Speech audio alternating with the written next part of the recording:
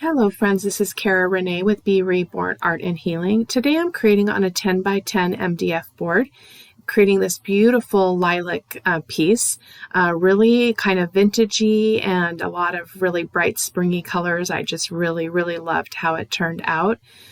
This paper is from designbundles.net, and I'll be sure to link that in the supply list. The butterfly, I believe, is from Miami Small Art, free downloadables. So these are some of the stencils that I'll be using from SeanPetite.com. And then I did pull out a few paints. I did not end up using everything there. I don't think I used the yellow at all, but I've got sap green, fluid acrylic, and then the sap green hue in the golden artist acrylic. I'm tearing my main image down a little bit to fit on this board because I want to be able to do some other collage work and paper piecing with some of the other elements that I showed you in terms of background paper. So, but you'll see that unfold as we go along here.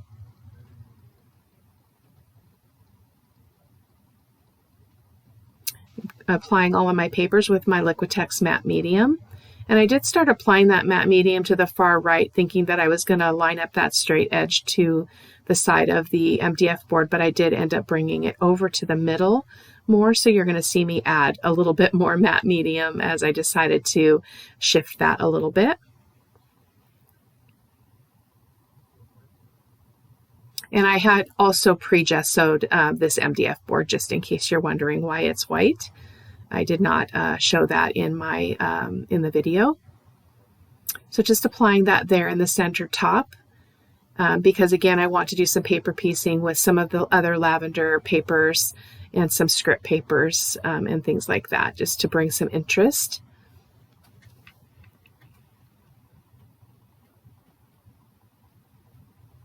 I did get a little bit of bleed. My inkjet printer, the ink does bleed if it doesn't set for a good long time or if I don't heat set it, but it wasn't too bad.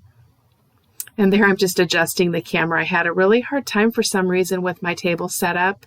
I've had some kids here doing crafts in the studio, so it could be that everything just kind of bumped in a wonky way. So just I do play and try to straighten that out a couple of times in the video. So and here I'm just going to apply this beautiful, really pale light lilac and white paper, and I did start to put it here at the top, and then I realized what I really wanted was for that to go under the main focal image there, and so you're going to see me try to pull that up and see if I can make that happen. I was not able to, and you'll see another piece of paper come in and replace this one here in a minute or so. So the paper was pretty thin, so it did not allow me to lift that window part up to kind of tuck pages underneath. So I just had to work around that, which was fine. It all turned out really beautiful, and I was able to maintain the light section with that window and those lilacs. It turned out really good. So it all worked out in the end. I didn't really have a solid plan about what I was doing. I just was wanting to use these papers. I thought they were so pretty, and I'm just really happy with how it went and what I learned as I went along. And I loved adding this script in here. And again, this is, I believe this is from Miami Small Art, from her Facebook group. And so that's what I chose to use. It's gorgeous paper. And then here I'm just doing some other paper piecing, and I did cut out some of this because it's really long as I'm trying to decide where things go. I didn't really have a plan as far as where I wanted the papers to be. I just wanted to spread out the different elements so that I didn't have the same patterns in all kind of clumped together. So that's kind of the thought process there.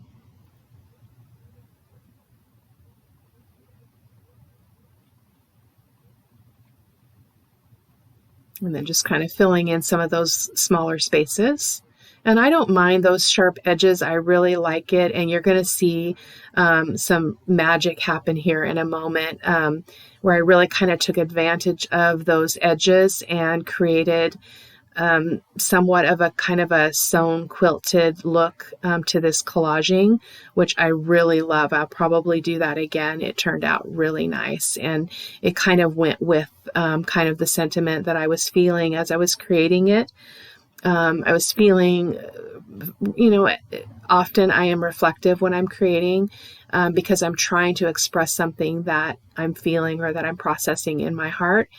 And so when I saw all this lilac paper, it just felt soft and comforting to me. So I went with that kind of emotion and just kind of capitalized on it a little bit and made this look a little bit like a quilt as far as the paper piecing elements here. You're going to see that just in a moment. I get my Ranger stitch stamps out, and they have a variety of sizes, so they worked out for the longer edges as well as for the smaller pieces. And just a little bit more paper off to the right hand side. I wanted to bring in some of the purple over here.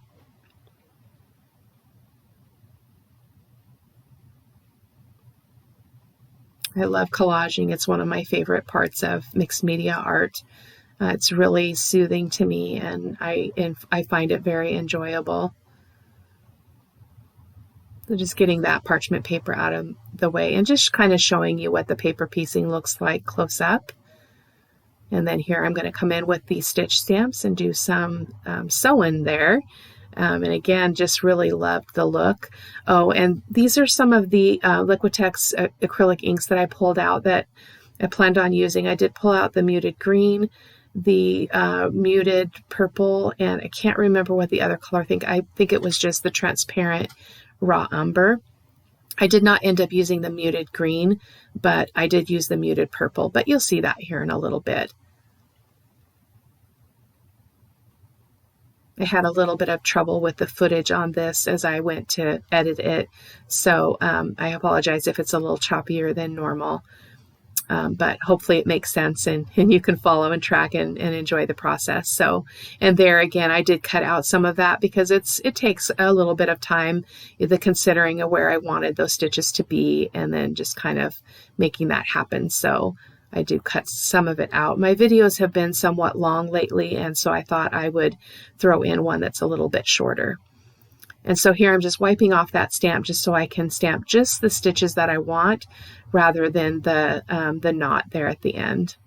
And I did decide I wasn't going to try to do that little bitty piece off to the left, but I did decide after I dry this that I was going to come in with a permanent marker and do some doodling with that and create my own stitches and knots in a couple of places. So.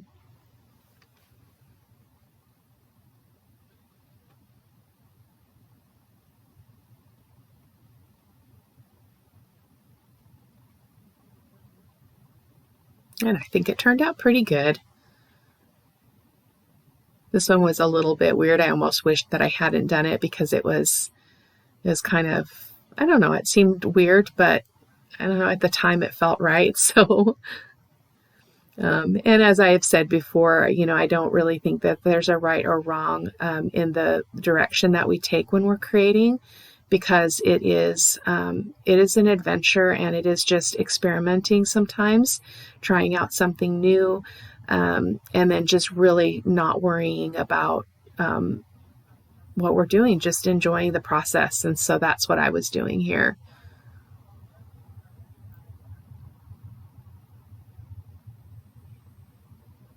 And my goal in this piece is to keep that window and the lilacs light. So I hope that you'll agree that was achieved. I have a hard time with that because I usually go really dark, but I was really pleased with how that turned out. So this is Sean Petit's Vintage Postage 2 stencil, and I'm going to use my archival ink from Ranger and my makeup brush and do some stenciling with those postmarks. Again, it just lent itself to the feeling of, as I was creating this kind of vintage, I don't know, like almost a Paris kind of themed feel to it. And so that kind of puts me in a melancholy kind of mood. And the postage always reminds me of Paris and France and those kinds of things. So I love postage, so it's awesome. And then just doing that last little bit at the upper right hand corner. And I did, as you can see, I just used half of the stencil, which is really nice to be able to use them with a little bit more versatility. I'm going to be using this, I believe this is Modern Minis 1 or something. Sorry, I don't have it in front of me. It will be listed in the supply list, so if you want to check that out on champetite.com. I'm going to be using my heavy gesso and applying some of that stenciling to my project. I am searching there and trying to see if I had the right brush, because sometimes I use a brush that's a little bit softer and I end up with more heavy gesso than I want, and so I settled back on that bigger brush as I had success with it in the past. So I'm just going to be moving around the MDF board here with that stenciling, just adding a little bit of three-dimensional texture here and some more interest to the piece. And it's really beautiful because when I come in with the inks, it just kind of settles into that texture and creates a lot of really beautiful effect on the piece.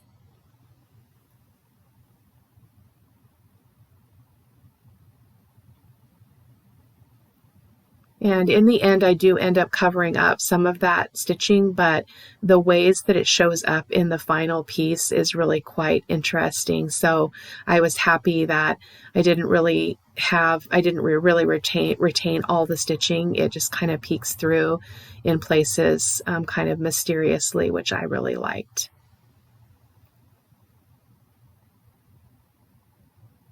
Really trying to not overdo it on this, and so I was really contemplating if I needed more stenciling. I did end up going there in the middle. As I worked on the piece and finished it, I really wished that I hadn't put it there, but you know, we live and learn, we experiment, and it turned out again okay in the end, so it was all right.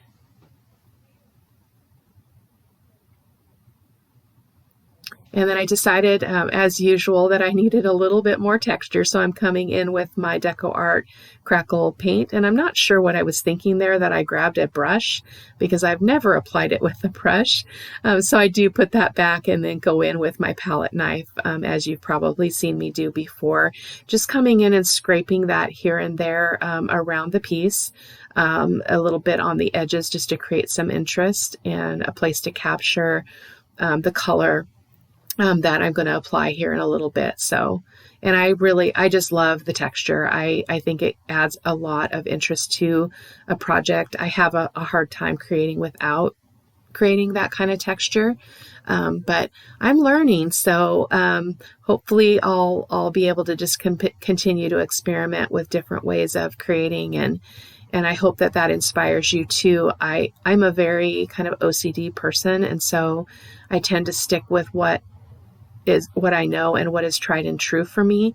And so I'm really trying to stretch myself here and try some different things, different techniques, different looks, different supplies, and things like that, just to expand my exposure to those things. So just making sure that was nice and dry, and I wanted to show you a close-up of the texture, both the gesso and the Crackle paint. I love the Crackle paint. It's gorgeous. And then this is the sentiment I chose that says, God has written a beautiful song that only you can sing. And it just seemed very fitting for this project as well. So you're going to see how that gets added onto the project here in a little bit. I did want to make sure that upper right-hand corner was completely dry. It was a little bit tacky, so I just zapped it really quick with my heat tool. And then using a little bit of water to spritz on the piece, and using the muted purple. And here initially I didn't like it, you're going to see me mostly kind of wipe it up, sop it up, and then come in with some ultramarine violet. And then that was too purple, so I did just end up going back and forth between the acrylic ink in the muted purple and the ultramarine violet all around the piece, until I was satisfied with the look. And in the end, it was perfect. So I'm just going to go ahead and just let you watch this process. And I might insert some music here. I'm not sure. So we'll see how it goes, but I'll just let you watch this. It goes on and on for a little bit. I didn't cut much out of this video, trying to save myself some time in editing. So there you go.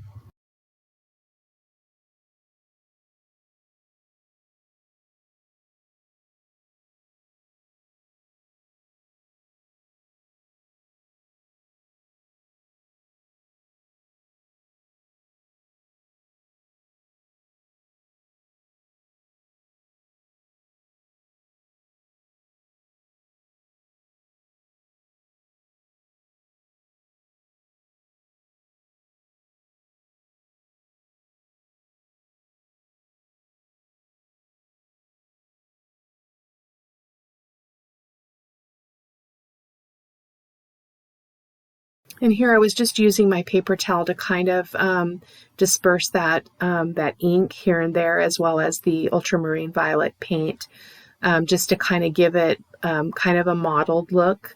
And because I didn't want it to be super dark, I just wanted the hint of that color underneath and all around the piece. So, and here's where you can start to see the colors kind of come together and look like they go with the flowers a little bit more. So it took a little bit of finessing to get there, but I just kept going back and forth between the two colors, and I think it turned out really, really lovely.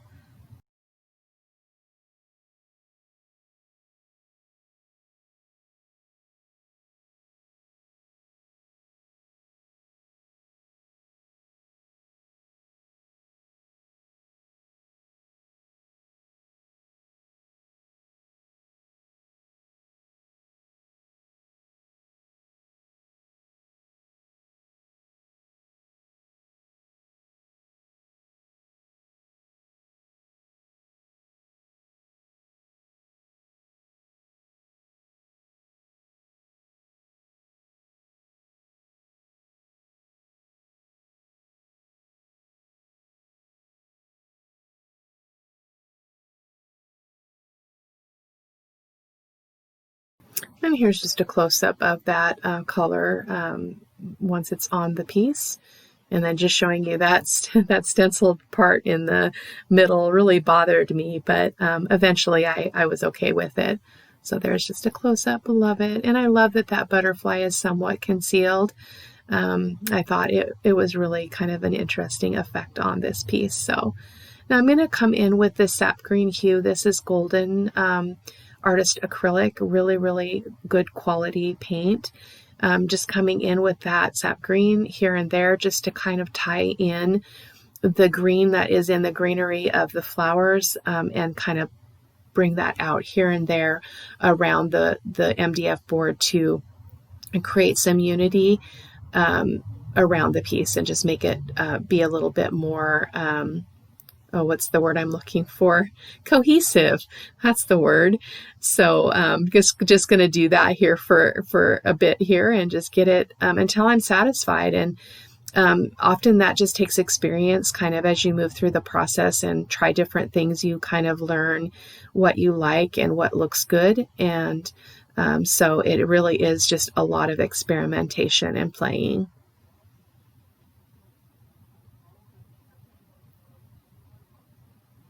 I didn't want the green up on that arch, so I did wipe that off. And I really like how this ended up because it did bring it all together and it made it look like the texture went with the picture and the colors just kind of here and there, I believe, really ended up turning out good. So there's my quote.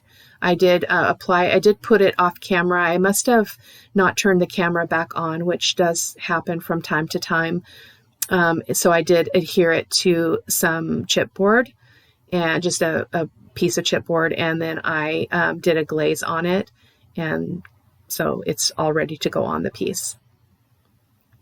Here I'm coming in with the transparent raw umber just to create a little bit of grunge around the piece, and just using it kind of gingerly around all of the parts because I really wanted to control how much I left on the piece and how much I removed, and because I did not want it to get too dark, and it didn't. I thought it was just perfect. It was still probably darker than some people would do or like, but it's where my process takes me, and I'm coming to terms with that. And I feel like when I'm ready, I'll explore other ways of doing this and may discover something that I like even better. But for this piece, I thought it was really beautiful, and it left, I think, the whole piece feeling very earthy and very outdoorsy. And I liked that, that garden feel with the darker brown and then the flowers and the greenery. So.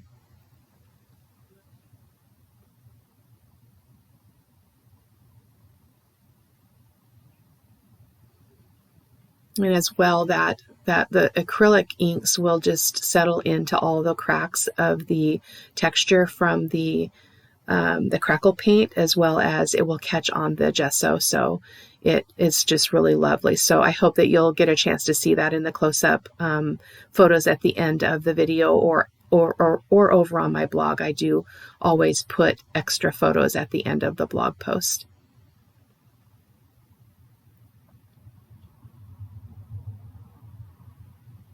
And then just here, you can see me just going back and forth until I'm satisfied with it.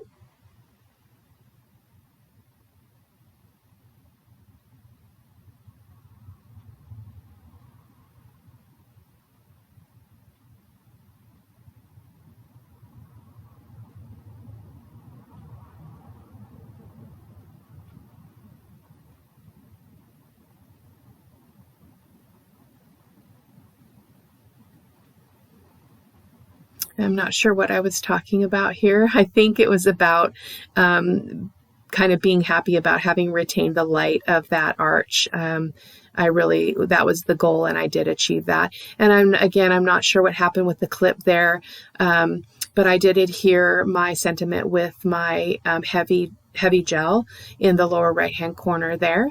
And I thought that was a perfect placement because it didn't take away from the entirety of the piece. Thank you so much for hanging out with me today and watching the video. If you haven't already liked and subscribed to my YouTube channel, I invite you to do so. I create at least 2 times a week. This is actually a bonus video. It's the 3rd in the week. So I hope that you enjoyed, and you can hop on over to the blog to see a full list of the supplies, as well as looking at the close-up photos as you're seeing here. So thank you so much again.